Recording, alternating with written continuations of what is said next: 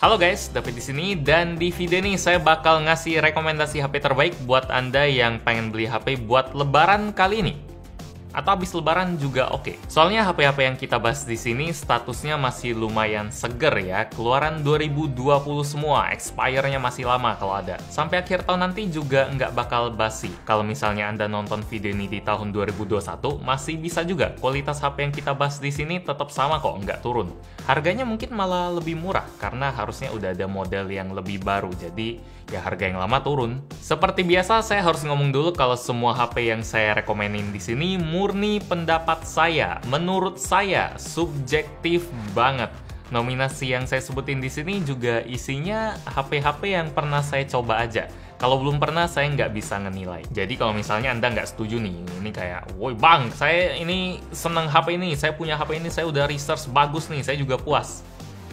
Ya bagus, sekalian komen aja di bawah biar buat share ke orang yang minat baca.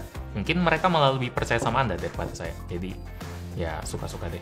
Kalau misalnya Anda minat, semua HP yang saya rekomenin di sini udah saya kasih link pembeliannya di bawah ya. Ke Tokopedia semua. Kalau misalnya Anda lagi nggak nyari HP tapi aksesoris saja kayak powerbank, di Tokopedia juga lagi ada promo khusus buat powerbank Anker PowerCore Slim selama bulan Ramadan. Sesuai kayak namanya, Slim powerbank ini punya desain yang ramping, jadi enak dibawa-bawa. Kapasitasnya 10.000 mAh dan ada mode pengisian 3 kali lipat juga. Buat detail promonya bisa cek link di bawah.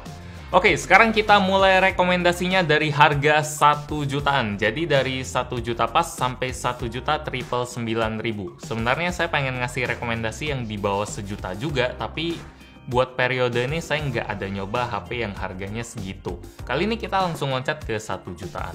Buat harga kategori ini, juara bertahannya adalah Samsung Galaxy A20. Ya, kali ini kita pakai juara bertahan biar seru. Siapa tahu dia masih paling worth it kan. Penantang Galaxy A20 ini ada 3, Redmi 8A Pro, Realme C3, dan Realme 5i. Dan pemenangnya adalah Realme 5i 5i. Ada 2 alasan kenapa HP ini hebat buat harga sejutaannya. Pertama, chipset yang dipakai udah Snapdragon 665. Buat yang belum tahu, biasanya Snapdragon 665 itu ramenya dipakai di kelas harga 2 jutaan. HP 3-4 jutaan juga ada sih masih. Jadi pas Realme bisa keluarin si 5i yang harganya kepala 1, rasanya keren aja. Alasan kedua, kameranya udah ada 4 biji, yang bikin kita lebih fleksibel pas mau motret. Bisa banyak mode soalnya, ada kamera utama, ultrawide, makro, portrait. Kalau buat kualitas fotonya sendiri sih sebenarnya biasa aja, standar HP sejutaan. Tapi karena fleksibilitas yang ditawarin udah ala HP 2 jutaan, rasanya kayak ada bumbu 2 jutaan gitu, dengan kita bayar 1 jutaan buat si 5i ini. Nah, cuma, walaupun si Realme 5i itu kerasa kayak HP 2 jutaan, tapi dia kayak ada rasanya doang, bukan the real HP 2 jutaan. Mending Anda nambah 300-400 ribuan buat dapat yang bener-bener 2 jutaan lah. Nggak tahu ngomong apa, pokoknya buat saya 2 jutaan itu lebih worth it. Juara bertahannya itu ada Realme 5 Pro sama Redmi Note 8 juga yang saya anggap setara sama si 5 Pro. Malahan pas di podcast sama Deddy Corbuzier kemarin, pas ditanya HP 2 jutaan yang paling worth it, saya jawabnya Redmi Note 8 karena bedanya itu terlalu tipis, jadi juara bersama kali ya. Buat edisi kali ini penantang dari keduanya Oppo A31. Dan status juara buat harga 2 jutaan di edisi kali ini masih dipegang sama Realme 5 Pro plus Redmi Note 8. Nggak perlu banyak saya jelasin karena keduanya udah sering banget kita bahas dan masing-masing udah pernah kita review juga, jadi bisa dicek aja. Intinya buat harga 2 jutaan, kedua HP itu nawarin spek yang masuk akal banget. Performanya kenceng, body kinclong, kamera cakep, baterai juga lumayan, 4000-an mAh. Layar udah Full HD juga. Pokoknya udah bukan level sejutaan lagi lah. Semoga buat di edisi selanjutnya sih, pas akhir tahun nanti udah ada juara baru ya, soalnya lama-lama bosen juga, cuma karena bagus ya harus disebutin lagi. Lanjut ke kategori 3 jutaan. Juara bertahannya adalah Redmi Note 8 Pro. Penantangnya ada Vivo Y50, Oppo A91, A91, Samsung M31, dan Realme 6. Dan pemenangnya adalah masih Redmi Note 8 Pro. Mungkin banyak yang ngirain kalau Realme 6 bakal jadi juara baru ya. Itu masuk akal banget, soalnya Realme 6 punya satu fitur killer di layarnya yang udah 90Hz.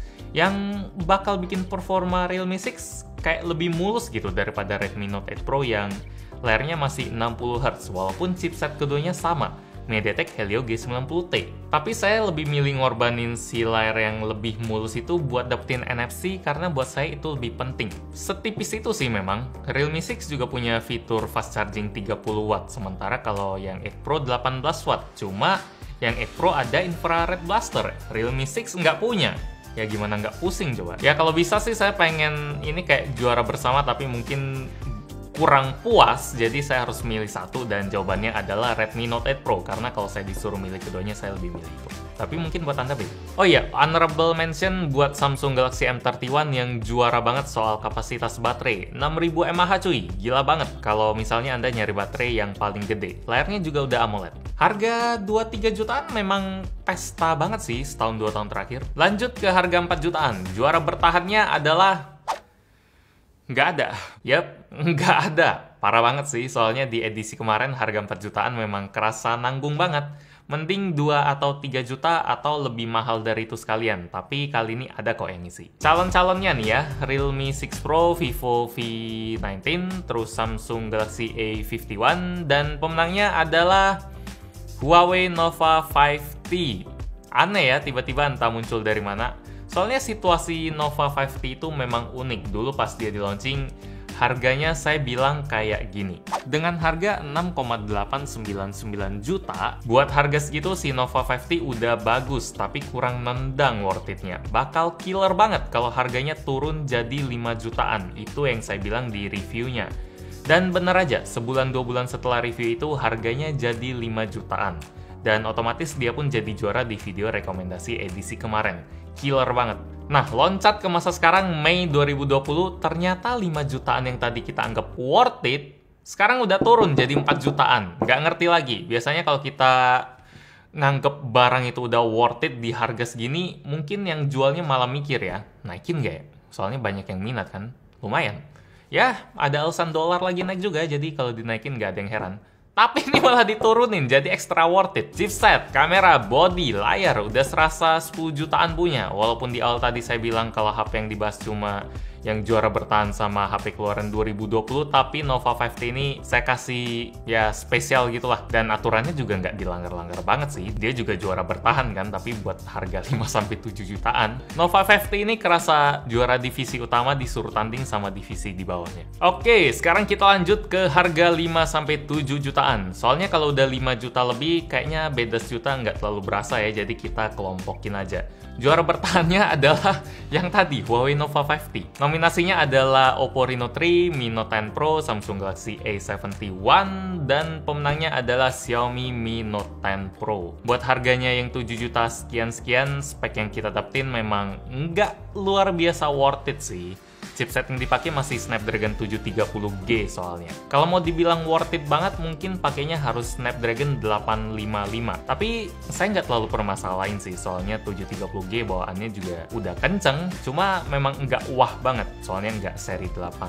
Pesaingnya juga pakai chipset yang mirip 730G, jadi nggak terlalu masalah. Fokus ke bagian lainnya aja, yang bikin Mi Note 10 Pro keren abis. Bodinya kerasa premium banget berkat bahan kaca plus lengkungan-lengkungannya. Layarnya udah pakai AMOLED, baterai 5260 mAh dengan fast charging 30 watt, memang tebal sih. RAM-nya 8GB dengan internal 256GB, kamera belakang 108 megapiksel, kamera depan 32 megapiksel. Mi Note 10 Pro kerasa abis-abisan banget soal angka speknya, dan semuanya bisa di-deliver dengan bagus, bisa kayak diterapin dengan baik lah, bukan gedean angka doang. Jadi, recommended.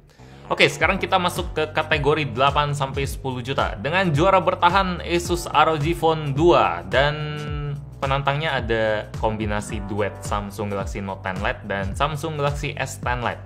Siapa yang menang? Kalau buat saya sih ROG Phone 2 ya. Masih bertahan sama spesifikasinya yang keren dan aksesorisnya yang gila-gilaan. Pilihlah duo Samsung Galaxy tadi kalau memang Anda senengnya sama HP yang normal. Soalnya ROG Phone 2 kurang normal sih. Dengan harga di bawah 10 jutaan kita bisa dapetin HP yang penampilannya keren kalau Anda suka tampilan yang gaming-gaming kayak gini. Speaker yang kelasnya salah satu yang terbaik buat smartphone, chipset Snapdragon 855 Plus, baterai 6000 mAh, fast charging 30 watt, layar AMOLED dengan refresh rate 120Hz, HDR10, pusing bacanya. Tapi pusingnya sambil senyum. Saya cuma bisa kasih jempol buat Asus yang berani kasih HP kayak gitu. Semoga nanti ada ROG Phone 3 sih. Dan sekarang nominasi buat HP yang harganya 10 juta ke atas. Dengan juara bertahan iPhone 11 Pro. Penantang di kategori ini justru paling banyak kali ini dibanding kategori lain. Udah kaya semua kayaknya. Yang terbaik dari Oppo ada Find X2 Pro, yang terbaik dari Huawei P40 Pro dan Mate 30, ditambah lagi yang terbaik dari Samsung Galaxy S20 Ultra, Galaxy S20 Plus, dan Galaxy Fold. Buat kategori di atas 10 jutaan tadi, yang saya rekomendasiin adalah yang saya pakai sebagai daily driver. Masih iPhone 11 Pro buat iOS dan Samsung Galaxy S20 Plus buat Android. Sebenarnya jujur aja, keduanya ini bukan yang terbaik. Masih ada iPhone 11 Pro Max yang ukurannya lebih gede dengan baterai yang lebih gede, dan buat Android masih ada Samsung Galaxy S20 Ultra atau Oppo Find X2 Pro kalau kita mau ngomongin spek.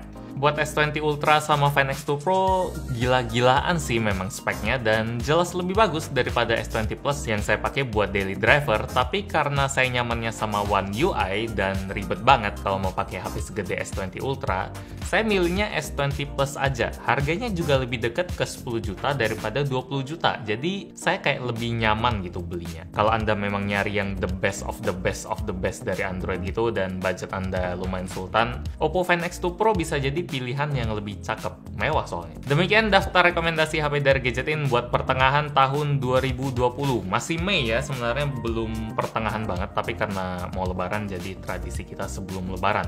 Mungkin kalau Gadgetin masih ada 50 tahun lagi, 10 tahun lagi, atau 5 tahun lagi, lebaran bakal Maret ya, jadi akhir tahun sama lebaran deket banget. Mungkin itu bakal dikombinasiin aja, tapi itu nanti semoga bisa dan semoga ada yang nonton sih.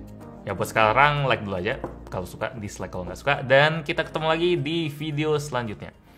Yo, ngenilai HP lumayan panas-panasin orang juga.